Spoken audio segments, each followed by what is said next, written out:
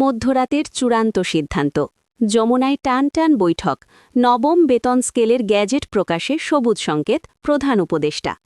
দীর্ঘ প্রতীক্ষার অবসান ঘটাতে অবশেষে মধ্যরাতে ঐতিহাসিক সিদ্ধান্তের পথে হাঁটল রাষ্ট্র রাত ঠিক ১২টার প্রাক্কালে প্রধান উপদেষ্টার সরাসরি অনুমোদনে নবম জাতীয় বেতন স্কেলের চূড়ান্ত গ্যাজেট প্রকাশের সিদ্ধান্ত কার্যকর হতে যাচ্ছে যমুনা অতিথি ভবনে অর্থ মন্ত্রণালয় পে কমিশন এবং সংশ্লিষ্ট নীতি নির্ধারকদের নিয়ে জরুরি বৈঠক বসে যেখানে পুরো বিষয়টি নিয়ে গভীর ও বিস্তৃত আলোচনা হয় আলোচনা শুরু হওয়ার আগেই দর্শকদের উদ্দেশ্যে আহ্বান চ্যানেলটি সাবস্ক্রাইব করে পুরো ভিডিওটি শেষ পর্যন্ত দেখুন কারণ এখানেই রয়েছে সবচেয়ে গুরুত্বপূর্ণ আপডেট সূত্র জানায় গ্যাজেট প্রকাশ নিয়ে কিছু মহল যখন নানা অজুহাত তুলে ধরছিল তখন প্রধান উপদেষ্টা নিজেই দৃঢ় অবস্থান নেন বাংলাদেশ ব্যাংকের গভর্নরের পক্ষ থেকে বেতন বৃদ্ধির বিষয়ে যে সংযত ও নেতিবাচক মনোভাব প্রকাশ করা হয়েছিল তা সরাসরি প্রত্যাখ্যান করেন প্রধান উপদেষ্টা তিনি স্পষ্টভাবে জানান বর্তমান বাজার দর জীবনযাত্রার ব্যয় এবং নিম্ন আয়ের সরকারি কর্মচারীদের বাস্তবতা বিবেচনায় নিয়ে বেতন বৃদ্ধি এখন আর বিলম্বিত করা যাবে না এই অবস্থান থেকেই অর্থ মন্ত্রণালয়ের ওপর চাপ সৃষ্টি হয় এবং শেষ পর্যন্ত পে কমিশনের সঙ্গে চূড়ান্ত বৈঠকে বসতে বাধ্য হন অর্থ উপদেষ্টা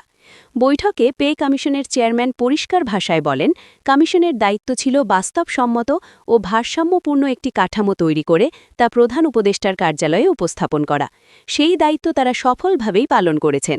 প্রস্তাবিত কাঠামোতে কোনো অস্বাভাবিক বা অর্থনীতির জন্য ঝুঁকিপূর্ণ বেতন কাঠামো নেই বলে তিনি জোর দিয়ে উল্লেখ করেন বিশেষ করে নিম্ন গ্রেডের কর্মচারীদের জন্য যে সুপারিশগুলো রাখা হয়েছে তা দীর্ঘদিনের বৈষম্য কমাতে গুরুত্বপূর্ণ ভূমিকা রাখবে বলেও তিনি জানান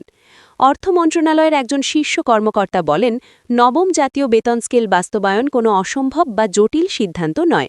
যেহেতু পে কমিশনের প্রতিবেদন ইতোমধ্যেই প্রধান উপদেষ্টার দপ্তরে জমা পড়েছে তাই এটি কার্যকর করতে প্রশাসনিকভাবে আর বড় কোনো বাধা নেই তিনি আরও নিশ্চিত করেন আসন্ন জাতীয় নির্বাচনের আগেই এই বেতন কাঠামোর বাস্তবায়ন শুরু হবে এ নিয়ে কোনো সন্দেহের অবকাশ নেই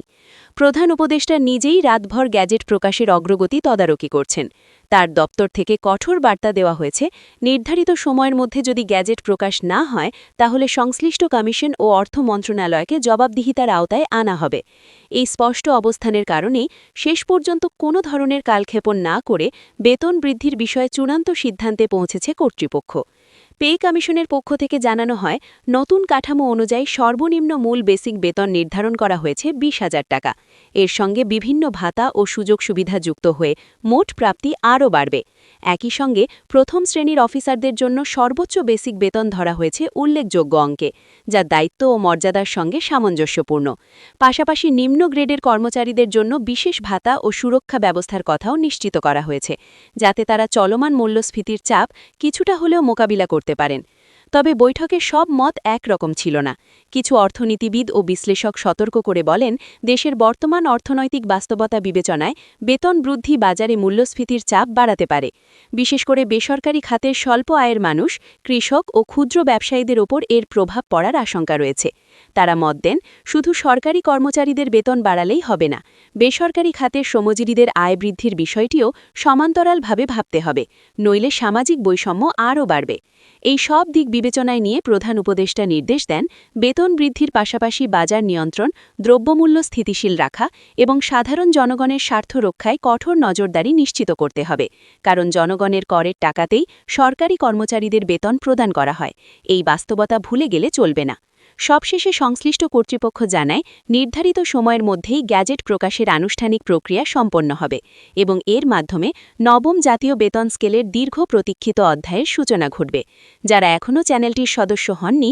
তারা অবশ্যই সাবস্ক্রাইব করুন কারণ সামনে আসছে আরও গুরুত্বপূর্ণ আপডেট ও বিশ্লেষণ